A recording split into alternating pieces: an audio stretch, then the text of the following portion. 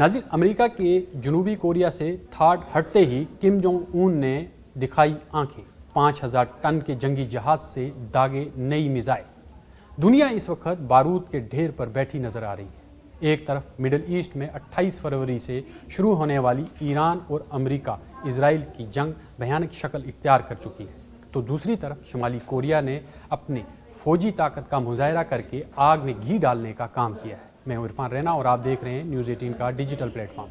नाज़रीन, शुमाली कोरिया के Aamir Kim Jong Un ने मंगल को 10 मार्च 2026 को एक और इंतहाई ताकतवर 5000 टन के बहरी डिजास्टर जो स्ट्रेटजिक क्रूज मिसाइल का कामयाब तजर्बा किया है। चूह्यून क्लास के इस जंगी जहाज से दागे गए मिसाइल तकरीबन 3 घंटे तक समुद्र के ऊपर परवाज करते रहे और नहायती दुरुस्तगी के साथ अपने अहदाफ को तबाह कर दिया।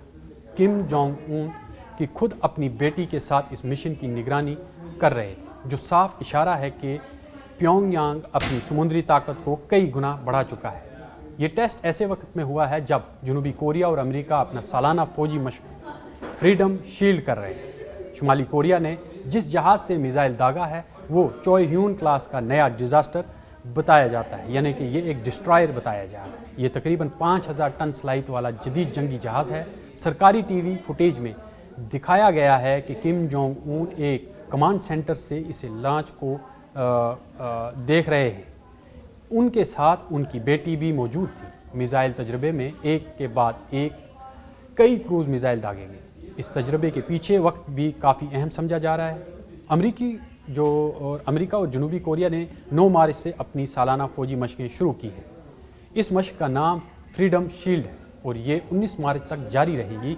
इस मशक का मकसद दोनों ममालिक की मुश्तरका दिफाई सलाहियत को मजबूत बनाना है। शुमाली कोरिया अक्सर इन फौजी मशकों को अपने खिलाफ इश्तियाल अंगेज़ कार्रवाई करार देता रहा है। सबसे चौंका देने वाली खबर यह है कि अमेरिका ने जनूबी कोरिया की सिक्योरिटी के लिए तैनात अपने जदीद तरीन थाड यानी terminal high altitude area defence system के हिस्सों को वहां से हटाना शुरू कर दिया है।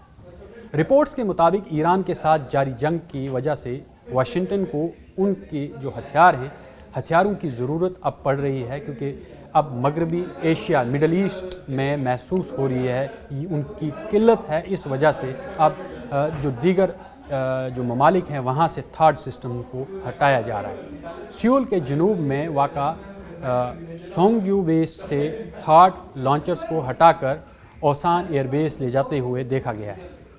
तमाम जनूबी कोरिया की वजारत दिफा का कहना है कि उनकी फ़ौज शुमाली कोरिया के किसी भी हमले को रोकने की सलाहियत रखती है, लेकिन सदर ले जी म्योंग ने दबे अल्फाज में अपनी नाराज़गी जाहिर की है। उन्होंने तस्लीम किया है कि अमेरिका अपने फ़ौजी मफादात के लिए सिक्योरिटी आलात हटा रहा है और जनूबी कोरिया चाह कर भी इस मुकम्मल तौर पर रोक नहीं पा रहा है। माहिरीन का मानना है कि शुमाली कोरिया इस वक्त दुनिया के बिगड़ते हालात का पूरा फ़ायदा उठाने की कोशिश में है।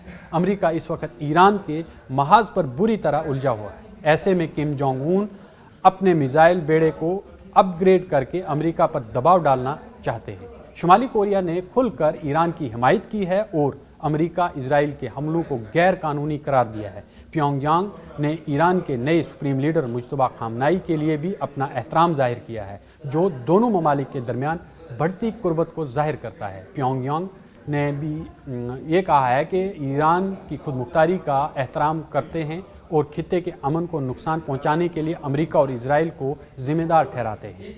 अगर अमेरिका मिडल ईस्ट में उलझता रहा तो शुमाली कोरिया आने वाले दिनों में मज़ीद ख़तरनाक हथियारों या जौहरी तजुर्बात के ज़रिए इस खित्ते के अमन को मुकम्मल तौर पर तबाह कर सकता है। यानी अमेरिका को शुमाली कोरिया ने एक इंडिया दे दिया है कि वो ईरान के साथ उसकी जो जंग है वो फ़ौरन जो है या तो ख़त्म कर दे या फिर अपने तबाही के लिए तैयार रहे, क्योंकि ईरान के दिफाई मायदे नॉर्थ कोरिया के साथ में हैं और जो नॉर्थ कोरिया है वो दिफाई मायदे के तहत अब अमेरिका को दबाने की कोशिश कर रहा है। जिस तरह से किम जोंग उन जो हैं वो लगातार मिसाइल फायर करके अपनी सलाहियत का मुजाहरा कर रहे हैं समुद्रों में, उन्होंने इस बार एक ख़तरनाक तजुर्बा किया है और ये ایک انڈیا ہے اسرائیل اور امریکہ کے لیے کہ اگر اس جنگ میں نارتھ کوریا کودتا ہے اور ان کے پیچھے روس اور چین جیسی بڑی طاقتیں بھی کھڑی ہیں تو کیا امریکہ اس جنگ میں ٹک پائے گا؟ اسرائیل پہلے ہی ایران کے تباہ کن حملے جو ہے وہ جھیل رہا ہے. کئی علاقے، چاہے ہم بیر شیوا کی بات کریں، چاہے ہم کریات شمونہ کی بات کریں، یا پھر بیت شمس کی بات کریں، یا پھر تل ابیب کی بات کریں، وہ اب آہستہ آہستہ کھنڈرات میں تبدیل ہوتے نظر آ رہے ہیں. جس طرح سے ایران اپنے کروز میزائلز، اپنے ہائپرسونک میزائلز داغ رہا ہے اور لگاتار ڈرون حملے کر رہا ہے.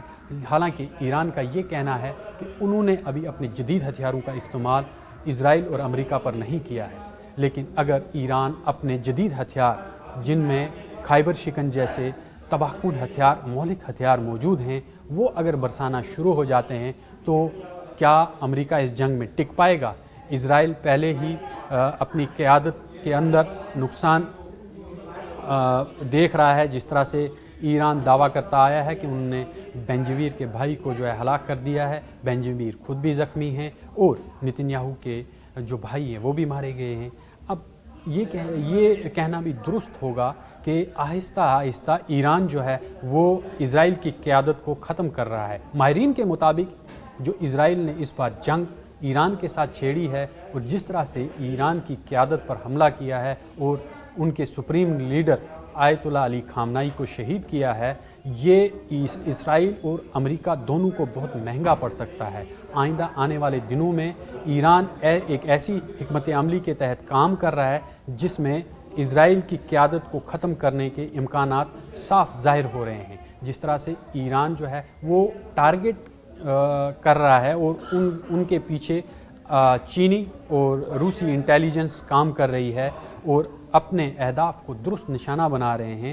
یہ تشویش پیدا ہوگی ہے امریکی ماہرین کے اندر کہ اب امریکہ کا اس خطے میں زیادہ دیر ٹک پانا بہت مشکل ہوگا. اور آپ اس بات سے اندازہ لگا سکتے ہیں جس طرح سے امریکہ اب اپنے جو جدید ایئر ڈیفنس سسٹمز ہیں، ان کے جتنے بھی پرزہ جات ہیں یا پھر ان کی میزائلز ہیں، وہ دیگر ممالک سے اب ہٹانا انہوں نے شروع کر دیا ہے اور وہ شاید ایران منتقل کرنے کی کوشش کریں گے کہ وہاں پر اس کی میزائلوں سے بچنے کی کوشش کریں، یا پھر اسرائیل کے آس پاس انہیں تعینات کیا جائے گا تاکہ اسرائیل کی حفاظت کی جا سکے. لیکن جس تیزی سے ان کا اسلحہ اور گولہ بارود ختم ہو رہا ہے، یہ ایک یاد دلاتا ہے کہ امریکہ ایک بار پھر تباہی کے دہانے پر کھڑا ہو چکا ہے.